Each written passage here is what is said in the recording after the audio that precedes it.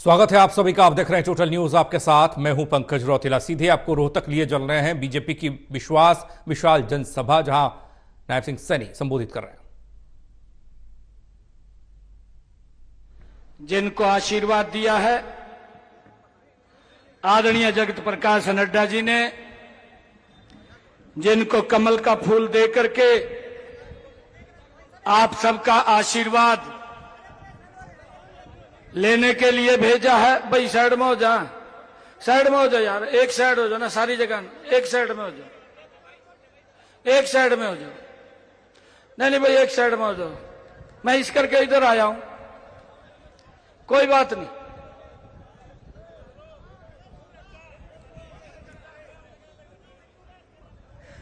अरे यार,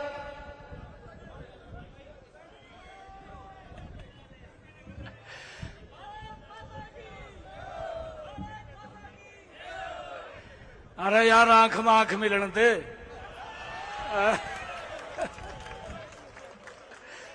नहीं तो ऐसी दिक्कत ये बता नहीं दिखण दे रहा। यहां तो ऐसे लोगों ने भाइयों राज किया है। वोट लेने के समय तो चश्मा तार दे, फिर काला चश्मा ले ले, दिखता नहीं। हमारे बीच में हमारे बहुत ही लोकप्रिय प्रत्याशी मनीष ग्रोवर जी, भाई जोरदार ताड़ियां बजा करके स्वागत करिए।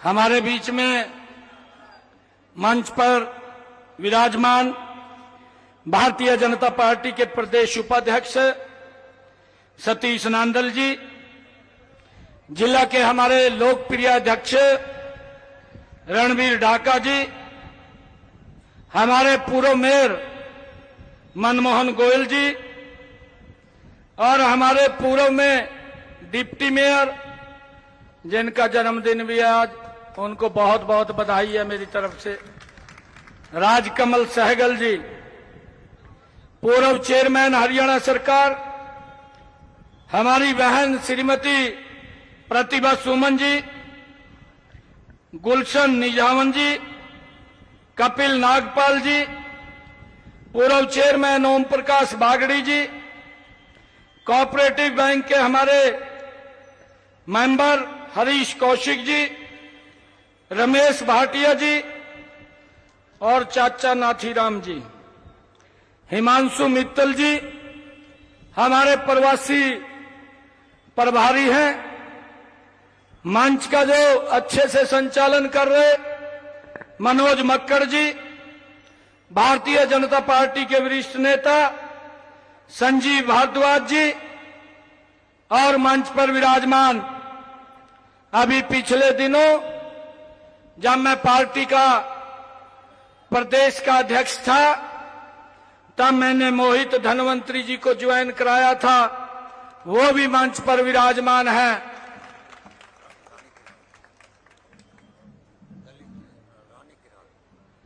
रानी किराड़ जी जो हमारी नेता हैं, और हमारी श्रीता नारायण जी पूर्व विधायिका हैं।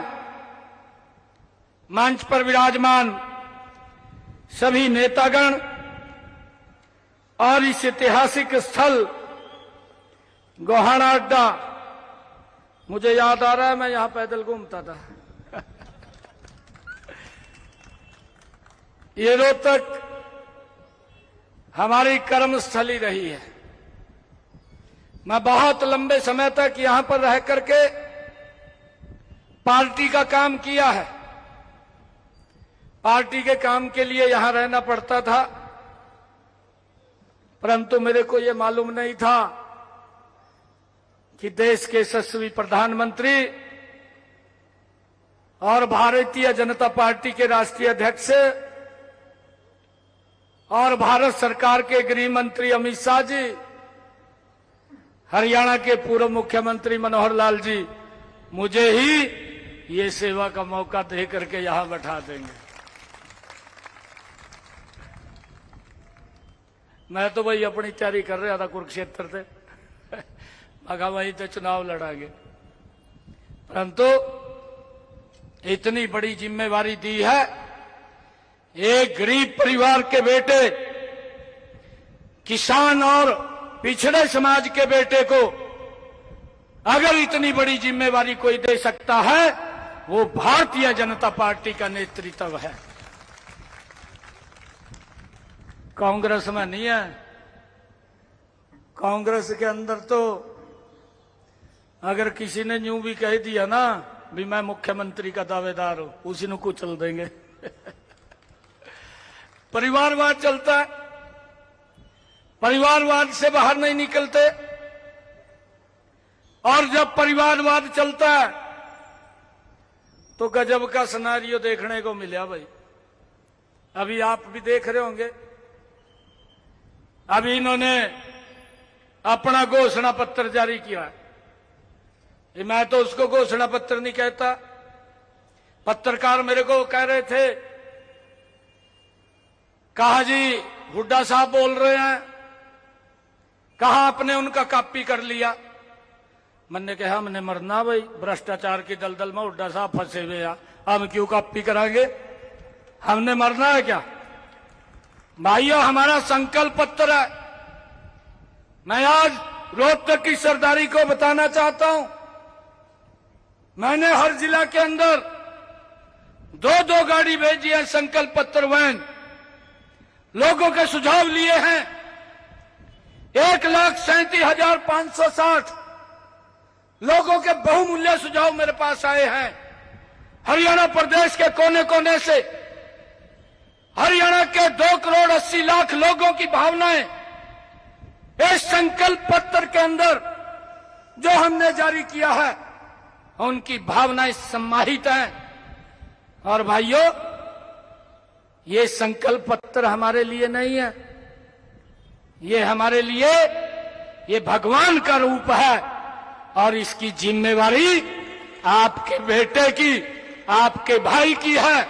8 तारीख के बाद इस संकल्प पत्र को धरातल पर उतारने का पूरा रोड मैप आपके बेटे ने, आपके भाई ने तैयार कर लिया है। हम तभी ये संकल्प पत्र लेकर के आए हैं। हुड्डा साहब तो घोषणा करते हैं, घोषणा करके डस्टबिन में डाल देते हैं।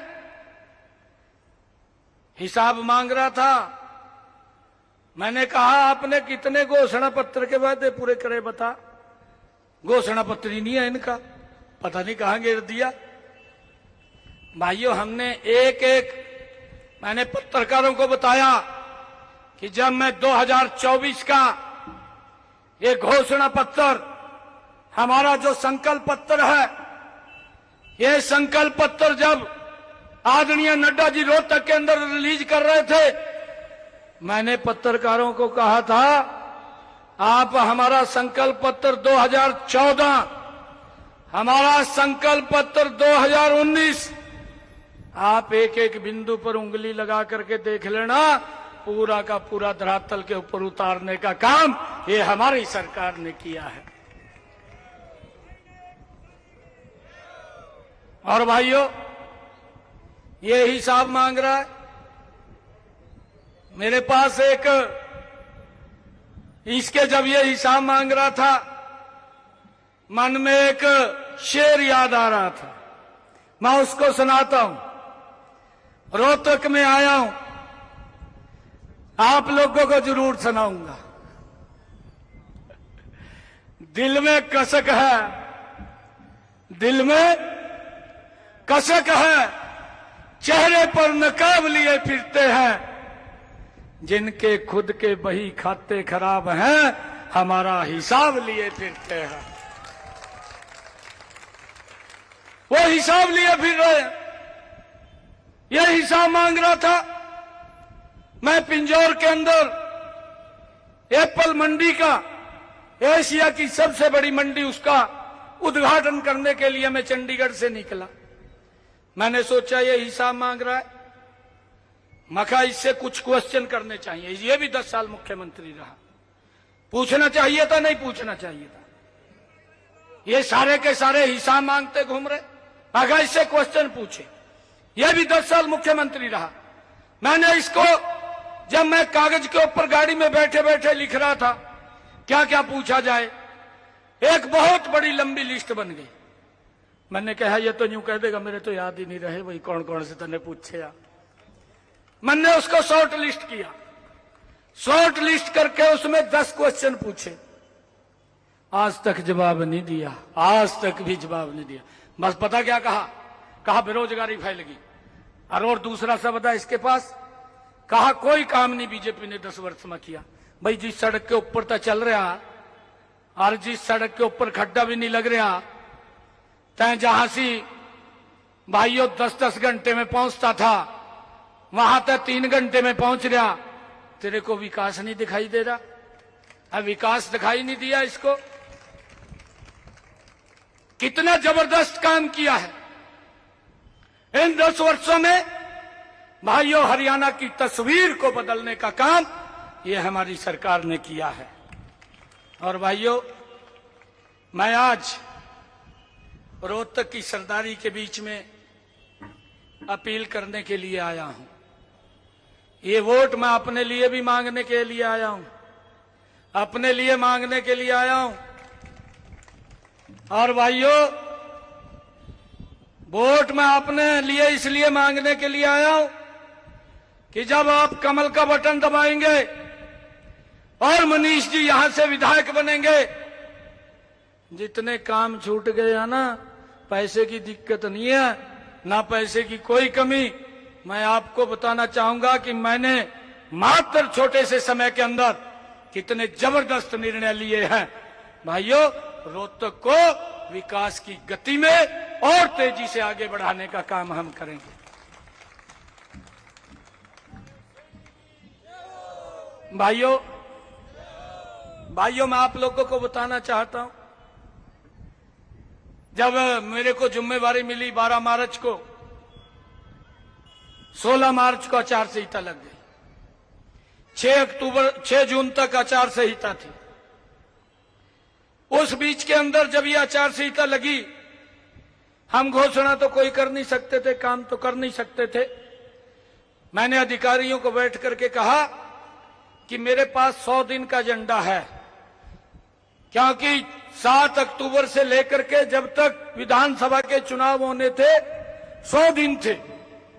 मैंने पूरा 100 दिन का एजेंडा तैयार किया।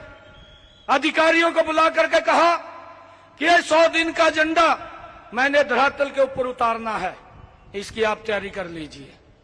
कोई दिक्कत है तो मेरे से पूछ लीजिए, हम बताएंगे। भाइयों, हम जानते हैं हमारी नीति स्पष्ट है, हमारा विजन भी स्पष्ट है, हमने किस गति से चलना है वो भी स्पष्ट है। भाइयों, मैंने 100 दिन का एजेंडा तैयार किया। 100 दिन के अंदर 7 तारीख से लेकर के आप लोग देखेंगे हर रोज किसी दिन एक घोषणा की, किसी दिन 2 कामों की बड़े लागू किए, किसी दिन 3 काम किए। मुझे खुशी है भाइयों, इन 100 दिनों का समय नहीं मिला, मुझे 56 दिन का समय मिला। 56 दिन के अंदर आपके बेटे भाई ने हरियाणा प्रदेश के हित में 100 मजबूत 26 फैसले लेकर के हरियाणा को एक नई गति देने का काम हमने किया है। और हुड्डा साहब कह रहे हैं, कहा जी ये तो घोषणाएं कर रहा है। और मैं हरियाणा प्रदेश के कोने कोने में जाता हूं, लोग बोलते हैं समय कम मिला, अगर और समय मिलता तो और तेजी से काम होता। भाइयों, हमने सबसे पहले फैसला किया 7 तारीख को, हरियाणा प्रदेश के 23 लाख परिवार जिनकी इनकम 1 लाख रुपए से कम है, ऐसे 84 लाख लोग भाइयों हैप्पी कार्ड देने का काम हमने किया है। और हैप्पी कार्ड दे करके अधिकार दिया है कि 1 साल के अंदर 1000 किलोमीटर हरियाणा रोडवेज की बस में फ्री में यात्रा कर सकेगा। भाइयों, यह अधिकार हमने दिया है। हमने यह भी अधिकार दिया है भाइयों, हुड्डा साहब ने 100 गज के प्लाट दे करके वोट लेने का काम किया था। किसी को ना कागज दिए, ना कब्जा दिया, लोग घूम रहे थे। परंतु मैंने उसकी तैयारी की और तैयारी करके मैंने अधिकारियों को कहा कि आप पूरे हरियाणा प्रदेश के ऐसे लोगों को चिन्हित करो जो घूम रहे हैं, हम उनको कागज भी देंगे, कब्जा भी देंगे। और भाइयों, मैंने सोनीपत में कार्यक्रम रखा और रख करके हरियाणा प्रदेश के ऐसे सब लोगों को भाइयों हमने कागज भी और कब्जा भी देने का काम ये आपकी सरकार ने किया। और ये बोलता है घोषणाएं कर रहे। भाइयों, मैंने ये भी निर्णय किया, मुख्यमंत्री शहरी आवास योजना हमने बनाई। शहरों के अंदर भी जिन लोगों के पास मकान या प्लॉट नहीं है, भाइयों, उसका भी निर्णय हमने किया। मैंने यही रोहतक में कार्यक्रम किया, ऑडिटोरियम में यूनिवर्सिटी के बड़ा कार्यक्रम था और उसके अंदर हरियाणा प्रदेश के पहले भाइयों चरण के अंदर 14 शहरों को हमने चिन्हित करके वहां से जिनके पास प्लाट या किसी के पास मकान नहीं था, ऐसे लोगों को चिन्हित किया। चिन्हित करके उनको 15,630 लोगों को 130 गज का प्लाट के कागज देने का काम ये हमारी सरकार ने किया है। और ये बोल रहा है घोषणाएं हो रही है। मैंने कहा हुड्डा साहब, घोषणाएं नहीं हो रही हैं। आप अपने 10 साल मुख्यमंत्री रहे हैं, आप 10 साल के कार्यकाल का हिसाब मेरे 56 दिन के कार्यकाल से कर लीजिए। मेरा 56 दिन का कार्यकाल आपके 5-10 साल के कार्यकाल के ऊपर भारी पड़ेगा। भाई, इस गति से काम किया है। हमारी सोच है कि किसी व्यक्ति को कोई दिक्कत परेशानी ना हो। और भाइयों, इन्होंने जो ये झूठ का पत्थर निकाला है और ये जो बोल रहा है कि हमारी कॉपी की है, भाई ये तो इनका जब हिमाचल के चुनाव थे तब ये झूठ की स्क्रिप्ट लिखी गई थी और ये पहले तो हिमाचल में उतारी, फिर कर्नाटक में उतारी, कर्नाटक के बाद तेलंगाना में उतारी, अब भाई हरियाणा में तार दी इन्होंने। मैं आपको एक राज्य की बात बताऊंगा, सारे राज्यों में यही स्थिति है। हिमाचल हमारे नजदीक है, कर्नाटक तो दूर है, तेलंगाना भी दूर है। इन्होंने मैनिफेस्टो वहां पर घोषणा की, हिमाचल के अंदर जारी किया और उसके अंदर लिखा हर वर्ष 1 लाख युवाओं को सरकार में नौकरी देंगे। दूसरा, उस झूठ के पुलिंदे में लिखा महिलाओं को 1500 रुपए महीना देंगे। तीसरा लिखा हम 300 यूनिट फ्री करेंगे। भाइयों, हिमाचल ज्यादा दूर नहीं है, यहां से 100-125 किलोमीटर दूरी पे होगा, 200 किलोमीटर की दूरी पे होगा। आप लोग जाकर के पता कर सकते हैं, जान सकते हैं। हिमाचल सरकार को, कांग्रेस को बहुत सारे वायदे इन्होंने किए थे। मैंने तो ये कुछ वायदे बताए हैं और 2 साल सरकार को हुए हैं, एक भी वायदा पूरा नहीं किया। भाइयों, एक भी व्यक्ति को 2 साल के अंदर 1 यूनिट भी फ्री नहीं दिया और उल्टा बिजली के दाम बढ़ा दिए। भाइयों, किसी महिला को 5 पैसे नहीं दिए और एक भी बच्चा सरकारी नौकरी में नहीं लगाया, एक एड तक नहीं निकाली। और उल्टा सरकार का बयान आता है कि हिमाचल में जो सरकारी नौकरी पे लगे हुए हैं उनको सैलरी देने के लिए हमारे पास पैसा नहीं है। भाइयों, हरियाणा के अंदर एक कहावत है, हरियाणा के लोग बोलते हैं भाई जितनी चादर है उतने पैर पसारने चाहिए। ये बोलते हैं ना, भाई जितनी चादर है उतने पैर पसारिए। कांग्रेस ने चादर से ज्यादा पैर पसार लिए और वो चादर फट गई है। अब हरियाणा के अंदर कुछ बनने वाला नहीं है। हुड्डा साहब, ये झूठ का पुलिंदा था आपका कुछ नहीं बनेगा। आप झूठ बोल करके 3 स्टेट के अंदर आप सरकार बना गए। हरियाणा के अंदर ये झूठ नहीं चलने वाला है, ये झूठ आपका नहीं बिकने वाला है। भाइयों, हरियाणा के अंदर जब ये झूठ का पत्थर, ये झूठ का पुलिंदा लेकर के आए, सबसे पहले इनके एक प्रत्याशी विधायक भाइयों एनआईटी से उसकी प्रतिक्रिया आई और वो कहने लगा, कहा हुड्डा साहब ने कहा है 2 लाख नौकरी देंगे, मेरा हिस्सा उसके अंदर 2000 बनता है। 2014 के पहले की स्थिति ये लाना चाहते हैं कि कोई गरीब व्यक्ति हरियाणा सरकार की नौकरी में न लगे। पर्ची खर्ची का इंतजाम पहले तैयार कर लिया है। रोहतक वासियों, इसको आपने समझना है कि इनकी मंशा क्या है, इनकी सोच क्या है। और भाइयों, उस बात को यहां गन्नौर से चुनाव लड़ रहे कुलदीप शर्मा भाइयों, उसने और कहा और कहने लगा कि हम हिस्सा बांट लेंगे। बांट ले वो हिस्सा, ये तो मुख्यमंत्री बने बैठे हैं, ये तो सरकार में आए बैठे हैं। 8 तारीख को आप लोगों को मालूम पड़ेगा, जब आपका सुपड़ा साफ हो जाएगा। अरे जैसा आपका शासन रहा है, वो शासन से आज भी लोगों के रोंगटे खड़े हो जाते हैं, किस प्रकार का आपका शासन रहा है। और भाइयों, एक इनका विधायक असम से, उसने जमी कमाल कर दिया। वो लोगों के बीच में कह रहा, कहा भाई बगैर गफले के सरकार थोड़ी चला, कहा गफले तो करने पड़ा। ए बता, कमाल कर दिया जमी। उसको तो ये अभी सरकार में आएंगे।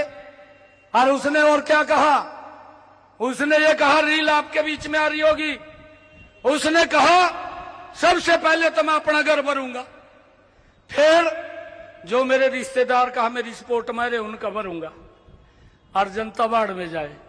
भाइयों, ये ऐसा इन्होंने रोड मैप तैयार कर लिया है और भारतीय जनता पार्टी का रोड मैप है। आदरणीय नरेंद्र मोदी जी ने कहा 3री बार भारतीय जनता पार्टी की सरकार बनेगी और तीव्र गति से हरियाणा प्रदेश का विकास ये डबल इंजन की सरकार मिलकर के करेंगे। भाइयों, भ्रष्टाचार का नाम नहीं है। लोगों को किस प्रकार से प्रताड़ित करते हैं। भाइयों, हमने ये निर्णय किया है, हमने इस संकल्प पत्र के अंदर हमने ये संकल्प लिया है कि 8 तारीख के बाद भारतीय जनता पार्टी की सरकार जब बड़े मैंडेट से बन रही है, और उसके बाद हमने एक योजना बनाई है और मैंने कहा है ये संकल्प पत्र हमारे लिए भगवान का रूप है और भगवान हमारी हरियाणा की 2 करोड़ 80 लाख यहाँ की जनता है।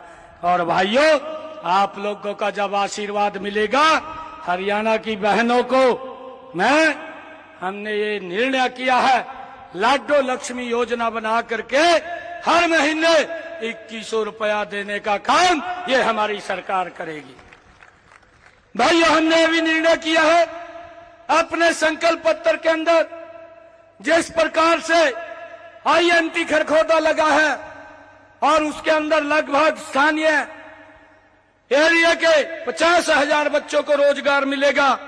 भाइयों, उस तर्ज के ऊपर हरियाणा प्रदेश के 10 और अन्य शहरों में, जिलों में, 10 अन्य जिलों में हम आईएमटी लगाने वाले हैं। यह भी निर्णय हमने इस संकल्प पत्र के अंदर लिया है। भाइयों, मुझे खुशी है आदरणीय प्रधानमंत्री जी ने आयुष्मान कार्ड योजना बनाई, गरीब व्यक्ति को 5 लाख रुपए का अधिकार दिया। हरियाणा के लोगों ने भाइयों इस योजना का बड़ा लाभ उठाया। हमने इसके अंदर चिरायु जोड़ी, 1 करोड़ लोगों को इस योजना के तहत हरियाणा प्रदेश के लाभ मिला। और भाइयों, निर्णय किया हमने संकल्प पत्र के अंदर कि अब 5 लाख नहीं, अब 1 साल के अंदर अगर कोई दिक्कत किसी को आ जाती है, इस कार्ड के माध्यम से 10 लाख रुपए तक अपना इलाज करा सकता है। ये निर्णय हमारी सरकार ने किया है।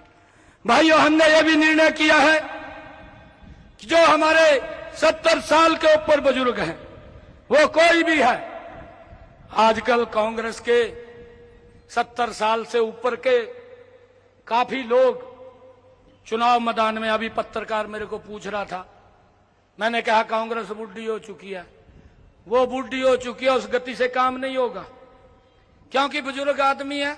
अब तो राम नाम का नाम लेना चाहिए।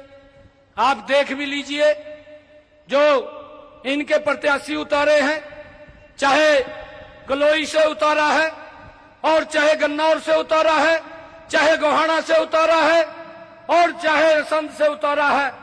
भाइयों, ये नहीं पता लगता वो क्या बोल रहे हैं क्या नहीं। चाहे बेरी से उतारा है, बेरी वाला भी देख लो 70 साल से ऊपर हो रहा, 80 साल का हो गया। भाई ये कांग्रेस बुढ़ी हो चुकी है। कांग्रेस उस गति से काम नहीं कर पाएगी। अब तो इन्होंने पुराने चेहरों के